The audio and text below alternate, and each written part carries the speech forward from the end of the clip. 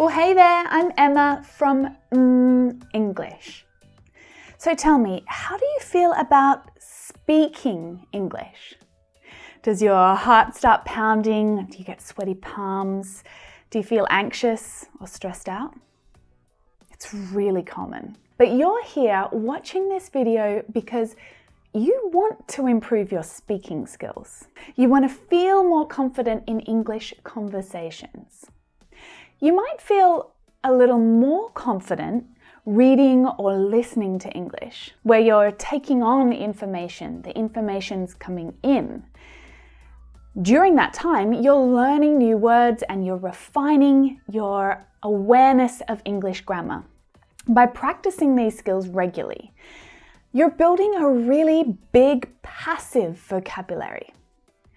But you're not producing English. You're not having to create your own ideas and opinions. You're just taking on someone else's. But you can practice writing English, right? That's producing English. You have to think of your own ideas and write them down, right? Absolutely. But you also have time to pause and think, to look up words, to go back and correct your grammar mistakes. There's much less pressure. Writing in English definitely helps you to improve your conversation skills because it helps you to organize your ideas and use correct grammar. It's definitely a good place to start. But it's not quite the same, is it? For you, speaking English, it's tricky because not only do you have to produce your own thoughts and ideas in English, but you've got to do it on the spot, in that moment. And once you do that, then you've got to pronounce all of those words correctly. One of your biggest challenges while speaking English is recalling the correct grammar and remembering the right words to use, right? And to do it quickly. You know this problem, don't you? It's happened to you before. You've tried to explain an idea to someone in English, but suddenly you feel stuck. You've forgotten the word. Or you just don't know how to explain it. Well, what happens then? In that moment, what happens? Perhaps you get frustrated with yourself, annoyed, angry even. Maybe you feel embarrassed. Maybe you lost a little bit of confidence. And maybe you even try to avoid speaking as much as possible because you don't like that uncomfortable feeling. Oh, I hate this. I really want to help you to overcome these emotions. Making mistakes is the most empowering thing that you can do with your English. It gives you the opportunity to learn and improve. Okay, let's talk about some of the challenges you face when speaking English.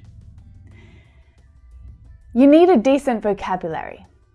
Broadening, widening, expanding your vocabulary, of course that's going to be helpful for speaking English, right? And you can do this by reading books on topics, listening to podcasts, watching movies with subtitles, using language apps, all of those things. But the most important thing is that you need to be actively participating in these activities. It's really easy to learn passively. Just watch movies and hope that some of the words will stay with you in your mind. No, you want to expand your vocabulary. You have to do things to make that happen. So when you're doing all of these activities, keep a notebook with you and write down words and expressions. Look them up, try to understand them. Make sure that you're using the words that you learn. Write a daily journal or draw vocabulary maps. You need to keep these words and expressions in the active part of your brain if you want to be able to use them easily during a conversation. But more than just expanding your vocabulary, you have to train your brain to think of alternatives when you don't know the exact word that you're looking for. Because it happens. Imagine that you want to buy a vase, but when you go to the shop, suddenly you've forgotten the word. Should you just give up and go home? No. You can use other words to describe what it looks like and how it's used.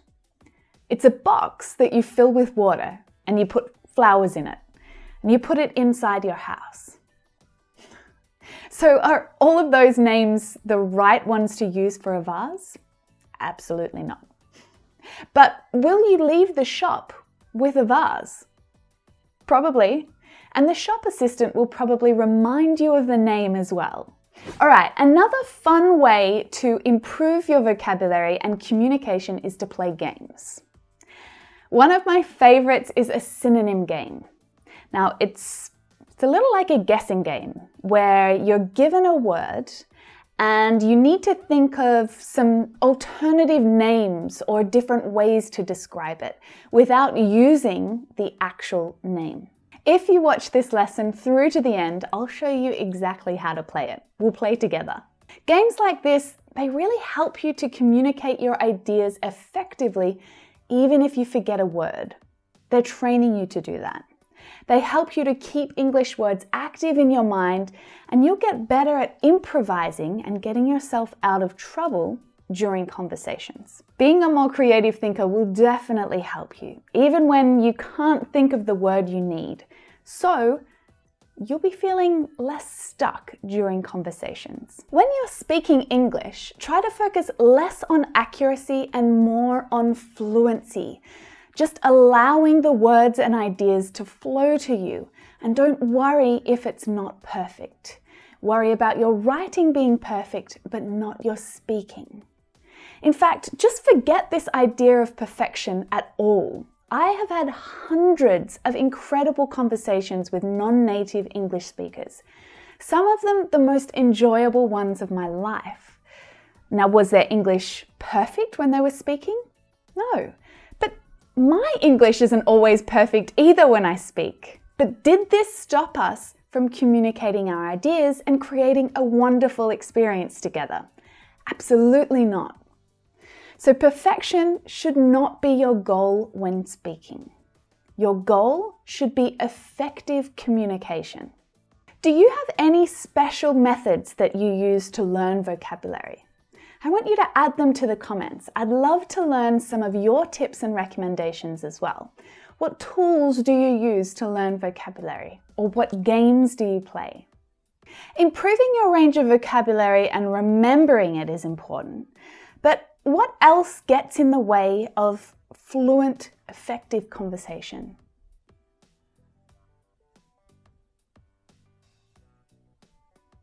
Good pronunciation is important when speaking English. It helps people to understand you. But English pronunciation is a challenge that all non-native English speakers face.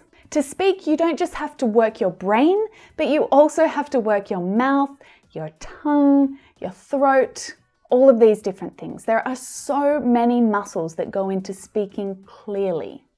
If you decided to try surfing for the first time ever, would you expect that your muscles would know exactly what to do and help you to catch your first perfect wave in just a few minutes? No. Speaking your second language is similar. You have to train your mouth and develop your muscles to improve your pronunciation. Even if you use perfect grammar and expert vocabulary, but your mouth just can't make these sounds correctly, well, you're stuck. So let's talk about what you can do to train your mouth and develop those muscles. If you can invest in a pronunciation coach or a trainer that will help you to break out of your bad pronunciation habits, then do it. Even if it's just for a short period so that you can really understand which sounds are making your spoken English unclear. You could even do this yourself by keeping a list of English words that you find difficult to pronounce. Iron, enthusiastic, chaos, tasks. These are all tricky words, right? I'm sure you'll make a huge list. Look up how to say each word correctly before you practice. Make sure you've got it right. Try and copy a native English speaker, even from a video. Never assume that you know how to pronounce an English word. So you look at all these words and you look them up in the dictionary, you review the phonemic symbols if you can. So once you've made your list, you check, are there any sounds or groups of sounds that repeat themselves through this list? This is how you can find out which sounds you need to practice. Perhaps there are some consonant clusters there, or some final consonant sounds that are difficult for you, or a particular vowel sound. And once you know which sounds are difficult, make a new list of words that include it and practice them out loud. Practice them in sentences. Use language apps to record your voice and help you to identify where to improve. Finally, there is a great way to improve your pronunciation, and that is imitation. Repeating after a native speaker is a great way first to hear the proper pronunciation, but then to practice it yourself by imitating them, copying them. Now, I have 2 whole series of imitation lessons that you can use to practice and improve your pronunciation and English expression. You can use this link up here to check out English imitation courses. Oof! One of the biggest challenges facing language learners is fear. The fear of making a mistake, the fear of forgetting what you're trying to say, the fear of not understanding the person that you're talking to, the fear of talking to a group of people, the fear of presenting in another language. The thing is, sometimes these fears are real, but most of the time they're thoughts in our head. That's all they are. We get to decide which thoughts in our heads are real. But it's completely possible to tell ourselves that those thoughts are false. They're just not true. You don't have to believe them. For example, we tell ourselves it's bad to make a mistake. We should know better. We're dumb. We're slow learners. We tell ourselves all of these things, but we don't have to. Instead, we could tell ourselves, mistakes give us the opportunity to learn and improve. We could say, we're busy people. Learning a language takes time and patience, and I'm doing what I can to achieve my goal. If you're waiting for your English grammar to be perfect and to know every word in the English dictionary, then you'll never actually start speaking. Unlike writing, it's not necessary to worry so much about having perfect spoken English right from the very beginning. In fact, most native English speakers that you listen to will occasionally use the wrong word or the wrong grammar. We're not perfect either. Let me ask you, have you ever run a marathon? Is it possible to finish a marathon if you've never gone running or jogging before? Probably not, unless you're some kind of superhuman. You have to train for a marathon and you have to get some momentum. Start off small, run short distances, and slowly you'll feel stronger, you'll feel faster every time that you go for a run. With each week that passes, you'll be able to run a little further. Speaking English is similar. You start out small, and with a little bit of training each day, you work your way up. Don't wait until you feel like you can join a conversation without ever making a mistake, because that day just simply won't come. So instead, start off small and let yourself make some mistakes. People will generally understand you anyway, and you'll be improving your pronunciation, you'll be gaining confidence and experience in that conversation. And guess what? Next time, you'll do it better, and it will get easier. So deliberately work on your confidence. Tell yourself that you're capable, that you can join a conversation, that you will find a speaking partner to practice with. Don't give up when you fail. Just accept that you're going to make mistakes and they will make you stronger. So once you do all of that, let's focus on speaking with someone. You need to practice, right? So if you've got a tutor or a class to practice with, great. But if not, well, you have to get a little more creative. Do you know any native English speakers? You could just offer to buy them a coffee once a week and chat with them for 30 minutes. But maybe speaking to a native English speaker is a little intimidating. How about non-native English speakers? It's a really common misconception among my students that you have to practice with a native English speaker. And that's just wrong. While you build your conversation confidence and try to become more fluent in conversation, practicing with non-native English speakers is awesome. They have more time and are willing to practice with you, especially practice regularly. You have the same goals as each other, so you can help each other to reach those goals. You'll feel less bothered by your mistakes because your partner's making them as well. You'll have a study buddy who you can solve your English problems with. Plus, you can find partners who are at a similar level as you, and that will help you to feel less intimidated about these conversations. Remember, we're focusing on fluency, not accuracy, so this is the perfect way to practice. Now, finding this person or finding these people is the hardest part. You need to spend some time trying to find someone who's the right fit for you. You get on well together. Someone who's available regularly at the same times as you. Someone who motivates you and helps you to practice even if you don't really feel like it. There are so many online groups that help you to connect with other English learners who share specific interests or goals. Ones that, focus on presentation skills for professionals, or ones that focus on travel, food. You'll find people who share similar interests with you.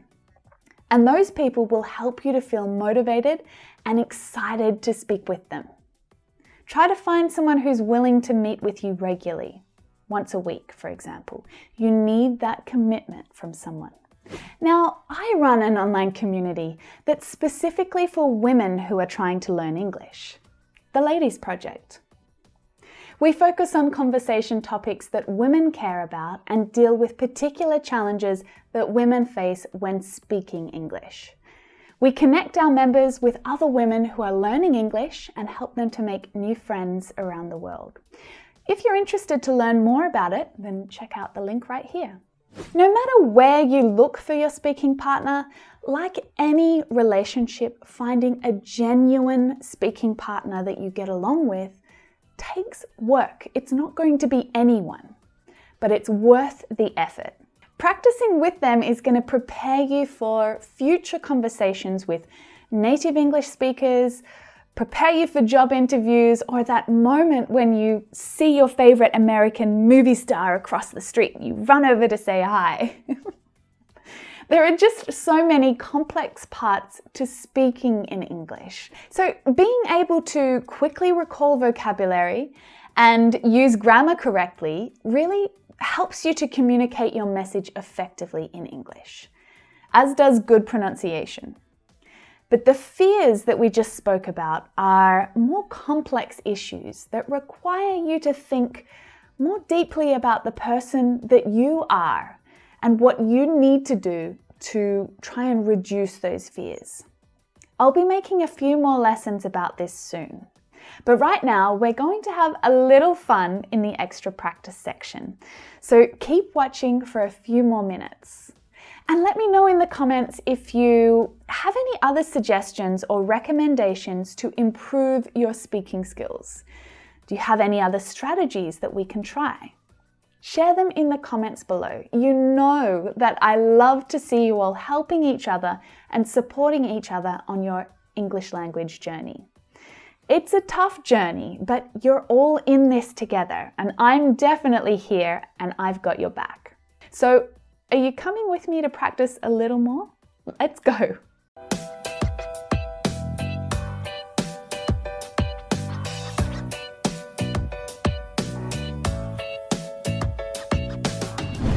So, this synonym game, Yeah.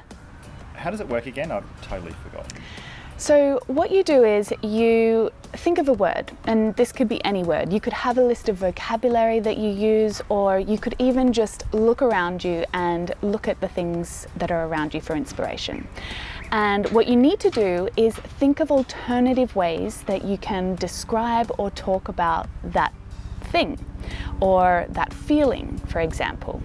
So what it's good for is to help you to get a little creative with your English vocabulary. It's good for pushing you a little bit further to help you think of alternatives for describing things. And this is great when you're in a conversation and you get stuck.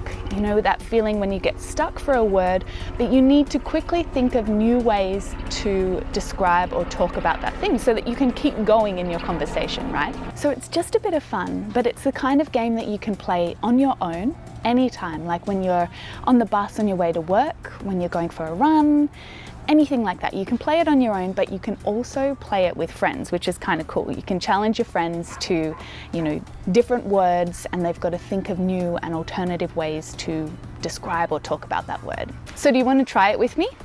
Sure. Okay, you think of a word and I'll show you what you need to do. Okay. Playground. Okay. Playground. A place where, this is a place where children play. It's like a park for children, actually, and usually you can find swings and slides and monkey bars. It's even called a jungle gym in some countries. So do you get it? Now you know how to play, right? So I'm going to choose one for you. Okay. Exercise. Exercise. Things like jogging, running, fitness, things you do with your body for like losing weight, something you do in a gym. Okay, now you think of another one for me. Okay. Peaceful. Ooh, that's a tricky one. Peaceful. So some synonyms for peaceful are calm, relaxed, tranquil, not stressful. All right, I'm going to think of one last one for you now. Okay. Okay, beach. Beach. Beach. Beach. Place. Beach. It's just over there. Beach. Okay. A sandy coastline. A place to have fun in summer. Did I say where the sand meets the water? A place to make sandcastles? The edge of the sea. Awesome, that was really good. Okay, I'm going to give one last one here, and I want you to think of the alternatives, think of some synonyms, and add them into the comments below this video. Okay, I'll be down there to check them in a minute. The word is enthusiastic. So how can you describe this or use alternatives for this word? If you enjoyed this lesson, then make sure you subscribe to the English channel just down here. And when you're ready, let's go check out these next lessons together. I'll see you in there.